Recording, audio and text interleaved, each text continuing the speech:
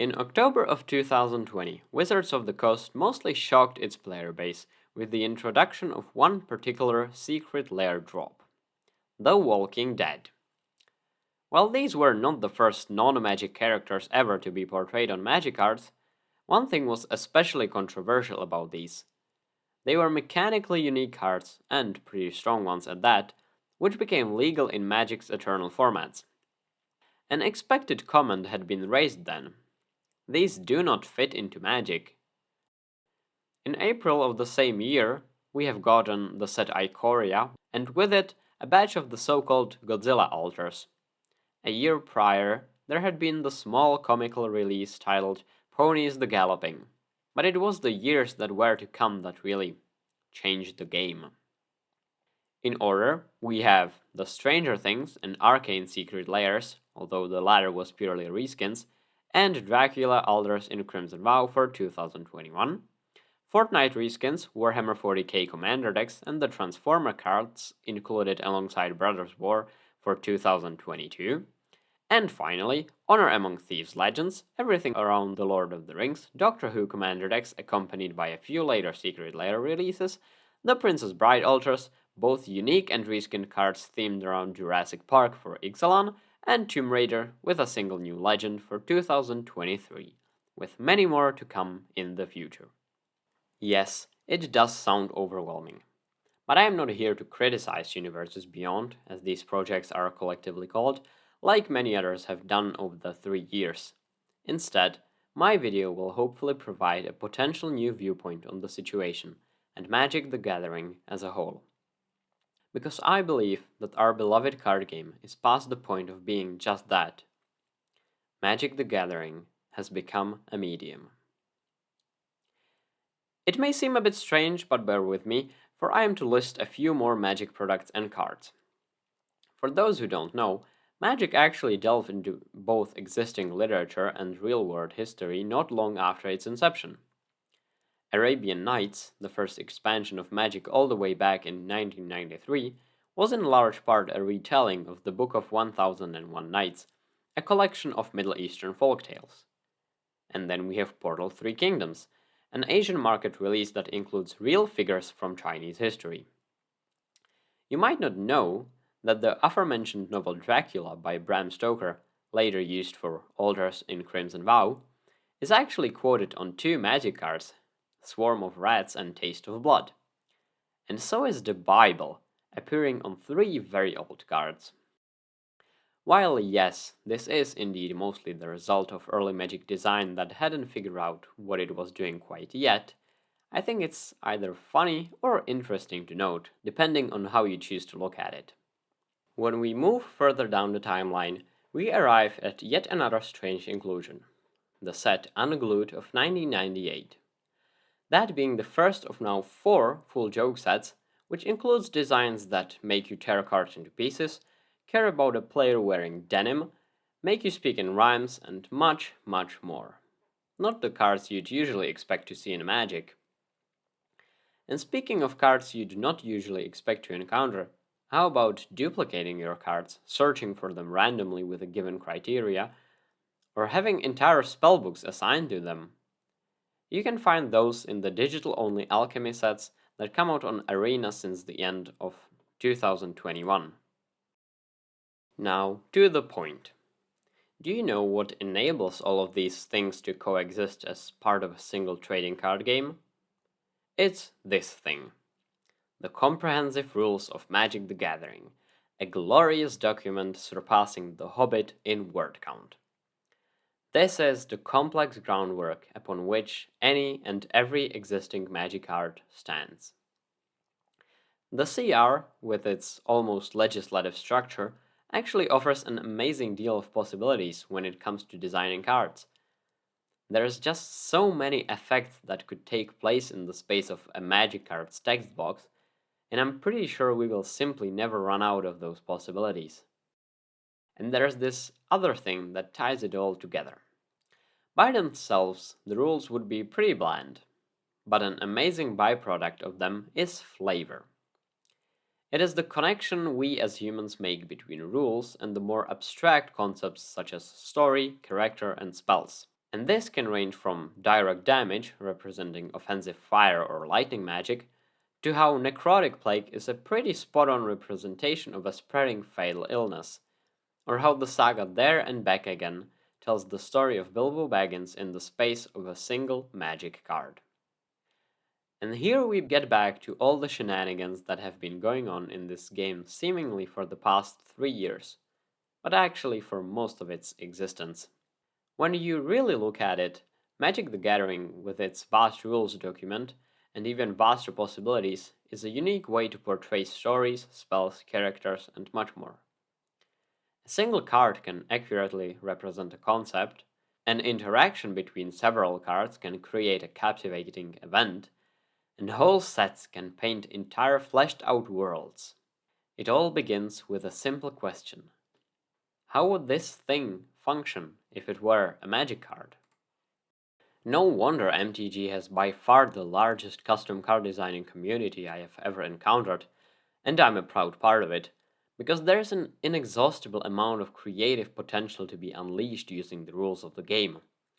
The portrayal of non-MTG franchises on custom cards has been one of the focuses of fans for years. Now it seems this desire to adapt such works has merely become official. Additionally, the question was present far before Universes Beyond. What would traditional Japanese culture look like on magic cards? Well, here's Kamigawa. How would the Greek gods function if they were in the game? We get Theros. What about Egyptian or Norse myths? Amonkhet and Kaldheim. And while these are far from one-to-one representations, the inspiration is so clear that I think we can call these sets adaptations. And that's what Universes Beyond are too. When we look at a franchise like Lord of the Rings, there's of course the original books, which have then been adapted into movies, games, comic books, art pieces, and much more. And now also into a Magic the Gathering expansion. I believe our beloved card game has transcended the bounds of being its own thing and into the realm of a separate storytelling medium on par with books, movies, comic books, and so on, simply because of the diverse possibilities it offers. Many people may not like this development, and that's understandable. This influx of adaptations has its problems for sure, but after realizing what I've just told you, my view on them has shifted. Because frankly, it's beautiful that this geeky card game that started 30 years ago as the project of a few students has grown in such a way where all of this is possible. I mean, if you put characters from Warhammer onto Pokemon cards, it just wouldn't make sense in the slightest. But Magic's whole concept just lends itself so well towards including different worlds. I mean, would you believe that Lorwyn and New Phyrexia are both part of the same creative universe? We have gotten to a point where it is pretty much impossible to take in everything that's going on. But I feel that's okay. Just like you can't read every single one or even most of the books that exist, you can't keep track of all the magic cards that come out, and that shouldn't even be the point. The point is to create art and to enjoy it. The point is to have fun. With all that being said, I, for one, am really looking forward to what the future brings for Magic. Despite never having played Fallout, I'm interested to see how they adapt it, and maybe I'll learn something about the original game just like I did with Warhammer. I quite enjoy Assassin's Creed, so I'm actually quite excited to see Ezio or Altair on Magic cards. And I'm also looking forward to how Thunder Junction handles the genre of westerns, or how Bloomborough takes inspiration from Redwall. And I'm equally enthusiastic about the prospect of old mechanics and characters returning in Modern Horizons 3. Because Magic the Gathering, with its vast possibilities, allows for all of that to happen in the upcoming year. And honestly, that is pretty neat. Because Magic the Gathering has now become more than a card game. It has become a medium. Hello everyone, this video differs a bit from my other ones, but I think that's fine. I want to create a variety of content.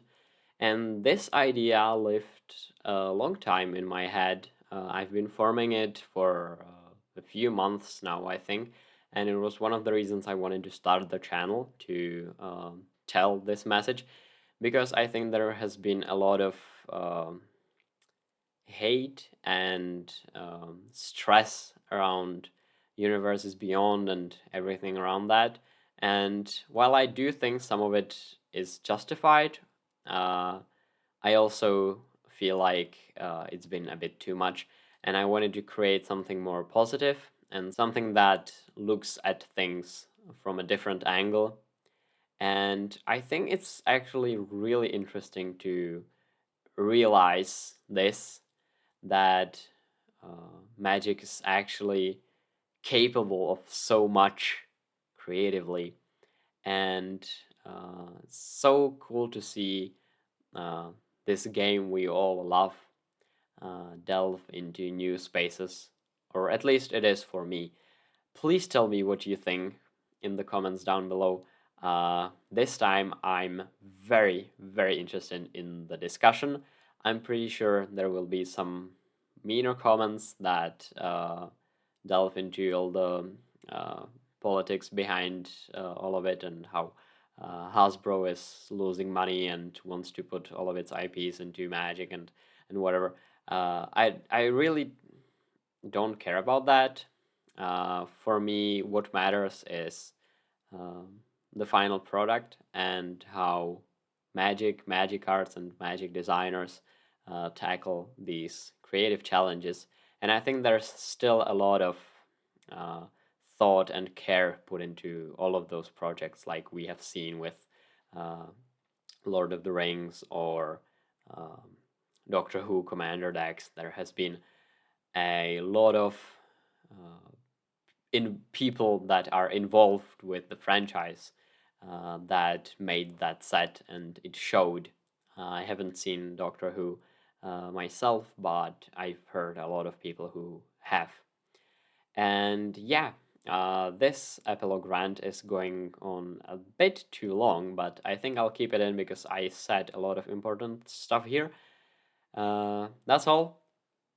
Please, if you want to go watch my other videos that talk about specific commander designs, I'll be doing more of those in the future, and some custom card videos may be coming as well. As I talked about my involvement with the custom card creating community. That's all. Thank you for watching and have a great day.